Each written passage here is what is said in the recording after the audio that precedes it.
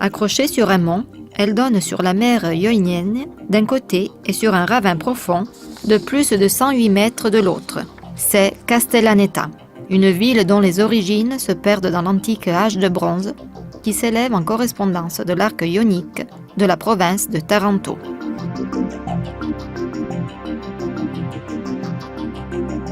Avant même d'y mettre les pieds, cette ville nous surprend et offre à notre regard, mais encore plus à notre âme, le calme et la paix, qui de chaque coin et de recoin émane le complexe monastique de Sainte Chiara, lieu de culte habituellement fréquenté par les pèlerins des zones limitrophes.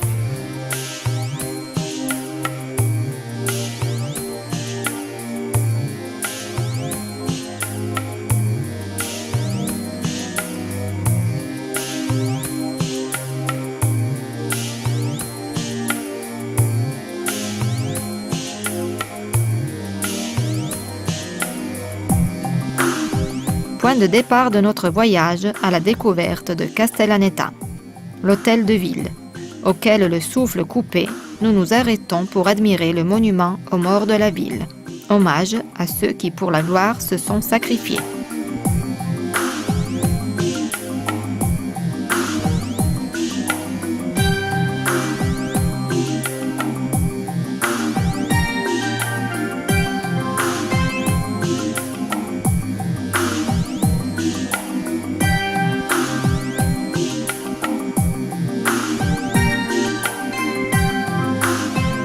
Derrière le monument aux morts, imposante et majestueuse se dresse l'église de San Michele datant du XVIIIe siècle, une des nombreuses présentes en témoignage de la grande importance reconnue par Castellaneta dans le passé comme centre religieux.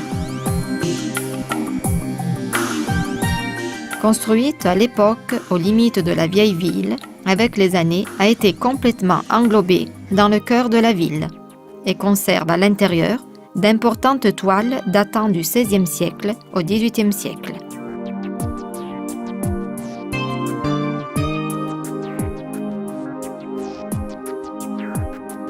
Commençons à s'enfiler dans les ruelles qui s'ouvrent tortueuses devant notre pas. Et, dans le cœur du bourg antique, on découvre de nombreux et élégants palais nobles, témoins de l'époque moderne des divers seigneurs féodaux qui se sont dans le temps alternés.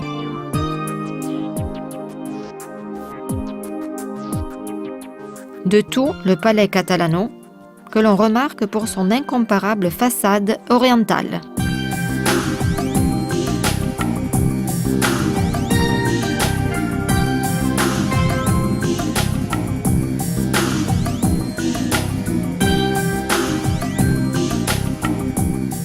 En nous enfonçant toujours, plus dans l'âme antique de Castellaneta, on se retrouve petit en présence de la solennelle église de Sainte-Marie du XVIe siècle.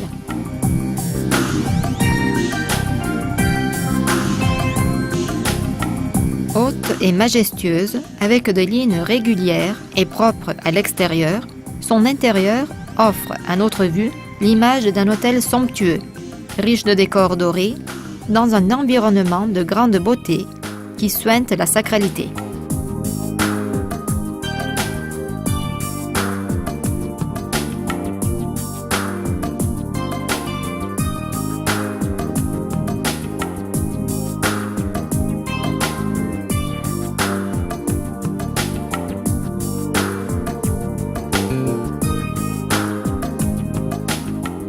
Certainement plus modeste, apparemment, mais aussi de particuliers reliefs artistiques et architecturales. Nous tombons sur l'église de San Giuseppe, édifiée en 1729 sur une précédente petite église dédiée à Saint-Andrea Giancarella.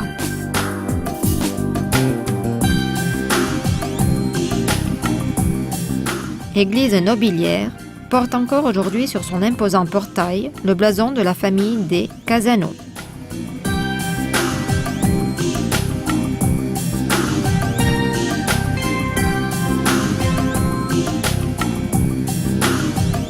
Avec une façade en double style de la Renaissance dans la partie haute et baroque sur le portail, l'église de San Domenico.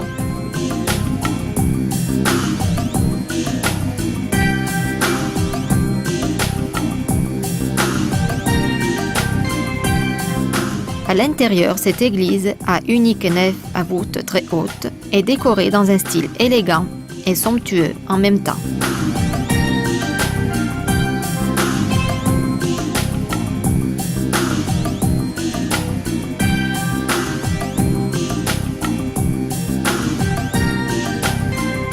Alors qu'apparaît plus modeste, presque timide, elle n'a pas spectaculaire de l'extérieur. L'église de Sainte-Marie de Leyde, datant du XVIIIe siècle.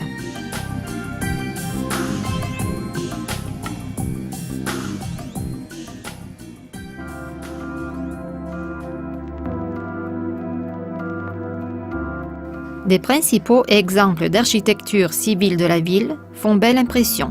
Le palais baronal, siège historique du pouvoir politique, et le palais épiscopal, actuel siège de l'évêché, auquel à l'intérieur est gardée une peinture datant de 1500, du Santa Croce et d'autres trésors artistiques intéressants.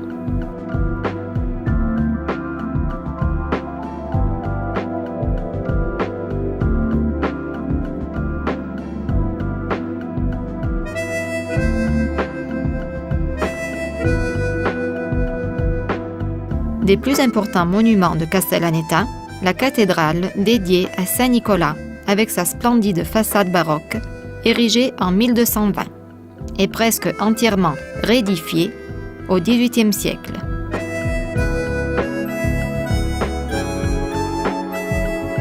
À l'intérieur, on peut en admirer le plafond de bois richement décoré, en marqueterie, 3 importantes toiles de Carlo Porta datant de 1700 et bien 4 datant de la période comprise entre 1700 et 1800, du connu Domenico Carella di Martina.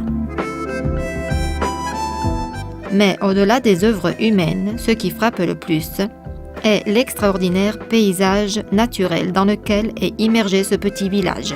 Castellaneta se dresse au cœur du parc des Murges, dans un territoire rendu magnifique par ses nombreux ravins. De tous, le Grand Ravin, un des plus grands et spectaculaires ravins de toutes les Pouilles.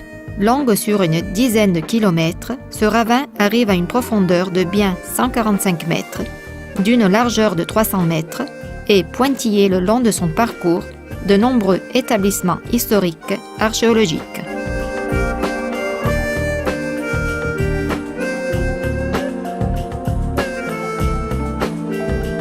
Castellaneta n'a pas encore fini de nous surprendre. En continuant notre promenade, on peut observer orgueilleuse l'église de Sainte Caterina.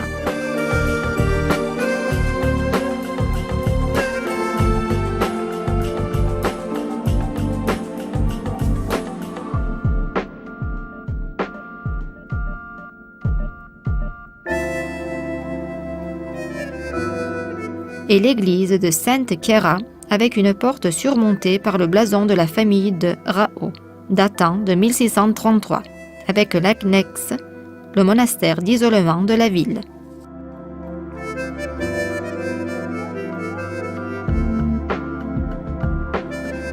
Castellaneta ne finit jamais de nous surprendre.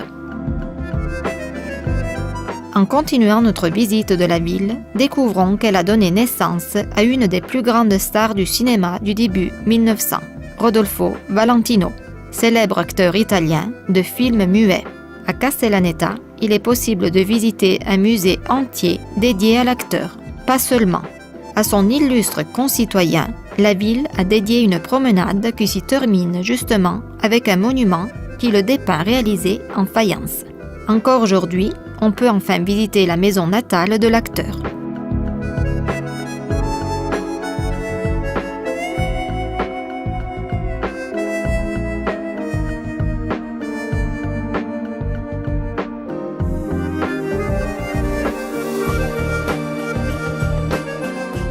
Des peu d'exemples d'art gothique angevine de toute la Pouille, l'église de Sainte-Marie de Assunta siège ici, édifiée par un ex-votif, selon la légende, par un capitaine survécu miraculeusement à un naufrage après s'être confié à la Vierge.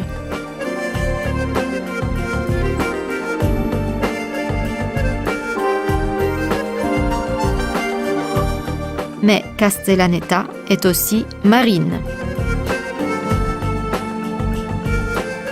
Plus décentralisée au bourg antique, la fraction maritime de Castellaneta est un moderne complexe résidentiel doté de chaque confort, immergé dans un territoire fait de verre, de soleil et de l'azur intact de la mer Ionienne, qui baigne ses côtes sableuses depuis longtemps entre les destinations plus populaires de vacances de touristes provenant du monde entier.